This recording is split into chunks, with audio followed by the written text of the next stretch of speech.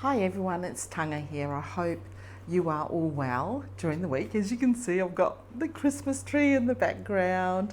I had the lights on before, but it was so glaring that I had to turn them off. But yes, it's hugely exciting the next few weeks leading up to Christmas.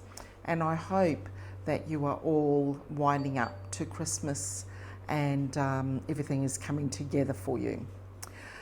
So I've been reading and listening to an audiobook as well as have the hardcover book of this 7 Habits of Highly Effective People by Stephen Covey. And it's one that I'm really taking quite a bit out of in terms of self-reflection, self-growth, just re-looking at where I'm heading and remapping my behaviours and hopefully really aligning them with my core values.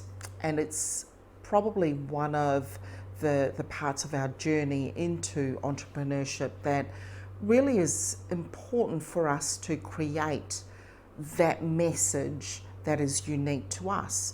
So if we can take off the layers of modelling that we all work towards, which is good to start with, but ultimately what we need for our journeys to be is unique in the sense of who we are. But how do we find that? How do we really peel back? How do we know when those layers are conditioning, other people's influence and thinking? Because for many years, I suppose, for a lot of us, we become chameleons and we can adapt in different environments and, almost change colours. Someone said to me, "Oh, how long have you been in Australia for?" And I said, "Oh, about 30 years. They said, "Wow, your Kiwi accent's still really strong," because of course born and raised in New Zealand, and even after 30 years here in Australia, some people can pick the accent, the Kiwi accent. And my response is always, it actually depends on who I'm speaking to. And I've developed this ability, I'm sure you can relate to this, in order to be understood. I've created this ability to adjust my accent depending on the situation. So if I'm talking to a room full of Australians, my accent tends to be a lot more Aussie leaning. And then if I'm talking to Kiwis, I tend to lean a lot more, and I'll come out there as if I've just come fresh from New Zealand. And you do that just, I guess, as part of survival and acceptance and just having, a smooth conversation and communicating effectively. So in this journey of really self-discovery, I find that I've really had to peel back on a few things and really work out, who am I? So over the next few shares that I'll have and send out to you, I'm going to touch on all of the principles that are outlined in this book. I think it's quite powerful. One of the lead-ins that I just wanted to start with is headed The Principles of Personal Vision, and it talks about this whole unique act of self-awareness. Now, I'm going to read a couple of passages because I just wanted to frame it first. So what Stephen talks about is here, we are not our feelings, we're not our moods, we're not even our thoughts. The very fact that we can think about these things separates us from them and from the animal world. Self-awareness enables us to stand apart and examine even the way we see ourselves, our self-paradigm.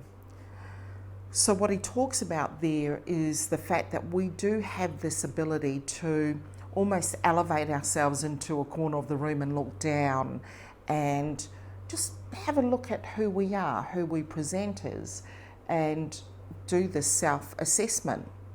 He goes on to say, in fact, until we take how we see ourselves and how we see others into account, we will be unable to understand how others see and feel about themselves and their world. Unaware, we will project our intentions on their behaviours and call ourselves objective. That's a really interesting concept, because how many times do you hear, and I've said it myself, oh, I'm being objective, I'm being, I'm looking at it from all angles, but really you're still looking at it through the lens of, well, actually that's what self-awareness is determine what lens you're wearing at the time. And he talks about being able to examine our paradigms, are they whether they are reality or principle based, or if they are a function of conditioning and conditions. And that could be anything from environment, culture, influence from parents, all of those things that have shaped who you are today. So we talk about self-awareness in the space that I work in part-time, which is around community service, because in order to be impactful with the people that you're working with, you need to really strip away where your own feelings and thoughts are being projected onto the person that you're working with. And it's a skill that is quite powerful when you start to really sit back and have a think about what's going on in your mind and understand, is that me putting that on this person's story, or is it really a clear reflection of what they've communicated to me? How this plays out in terms of how we connect with people online is really critical.